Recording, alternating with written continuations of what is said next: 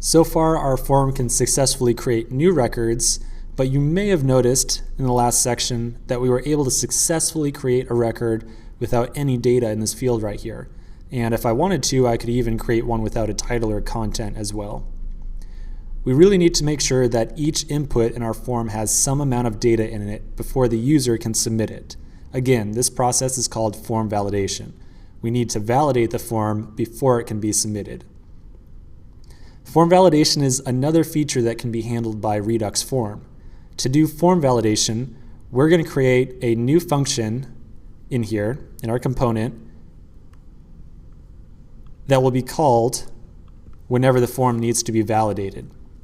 Depending on what we return from this function, Redux Form will either mark the form as valid or invalid. So let's go ahead and give this a shot. So underneath our component, I'm going to define a new function called validate. And validate is going to be called with the values from the form. Right now, we're going to handle the simple case in which all of the form's values are just 100% valid.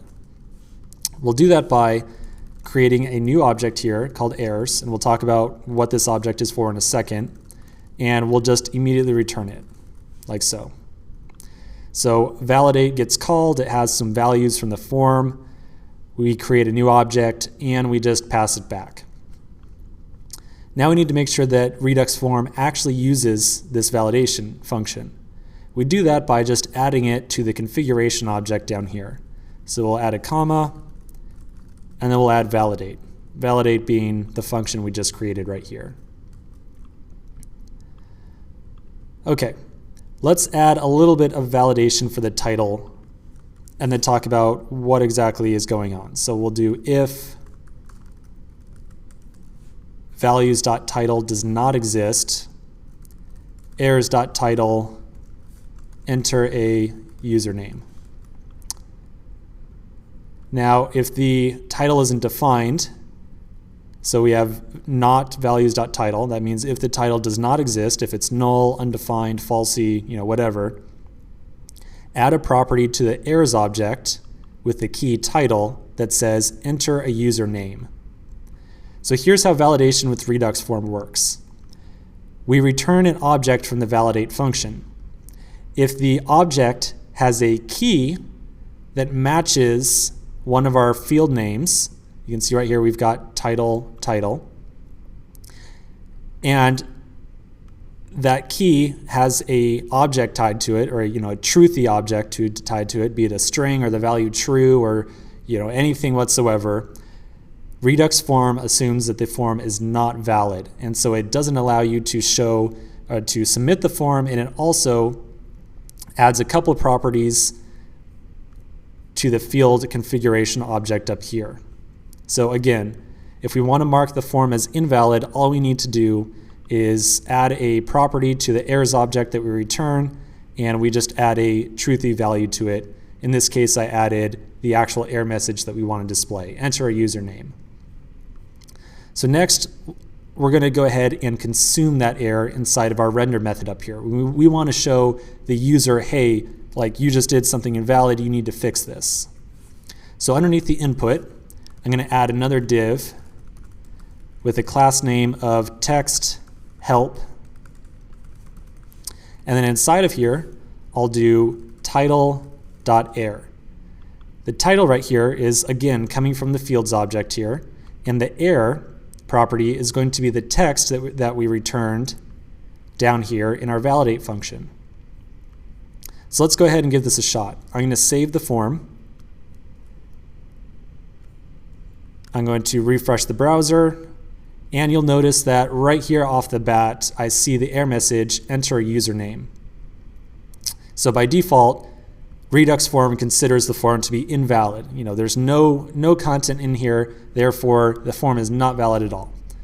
You'll notice that if I enter some context or some content, the validation error automatically goes away. So whenever we change the form in any way, shape, or fashion, the validate function immediately runs again and validates the form. And in this case, since we added some content here, the form is now valid, and so the error message went away. So I can delete that content and you'll see that it pops back up like so. The validate function also prevents the form from being submitted. So if the form is currently invalid, which it is right now, I can click submit here and you'll see that I'm not getting any network requests in my network request log over here. So if the form is not valid, I can't submit it. So very handy, keeps the user from prematurely trying to submit a form.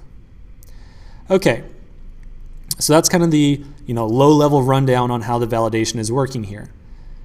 What we do want to make sure is that when the user first opens the form up, we don't really want to scold them right away. We don't want to tell them, hey, you did something wrong. We want to make sure that they actually touch the form in some way, enter some text before we show them any error message.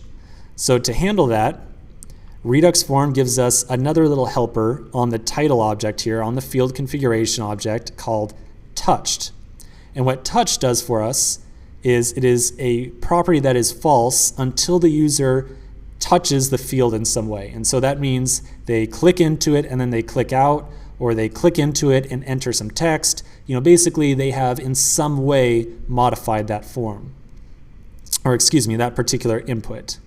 So we'll use that touched property to gate whether or not we show this title.error right here. So to do that, we're going to use a JavaScript ternary expression. If you're not familiar with ternaries, no problem. We're going to do it here very slowly. So first, with a ternary, we'll write a single expression that evaluates to either true or false. So title.touched. Remember, touched is a property that we get for free from Redux form. It just means, hey, has the user touched this input in some fashion. Then we'll add a question mark here with a space on either side.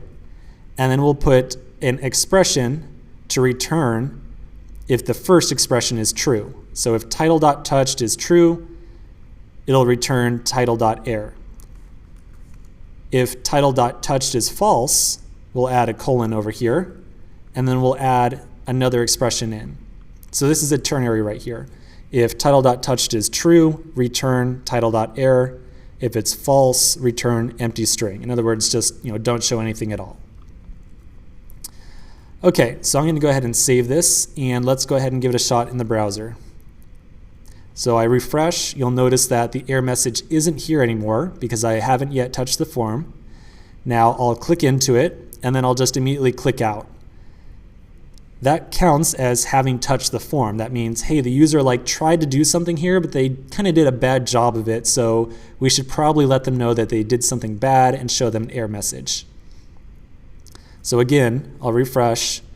Right now, title.touched is false, so we're not showing any content. I click in, click out, title.touched is now true, and so we show the validation error right here. So pretty straightforward, but very powerful. Let's go ahead and continue with the other fields in the next section.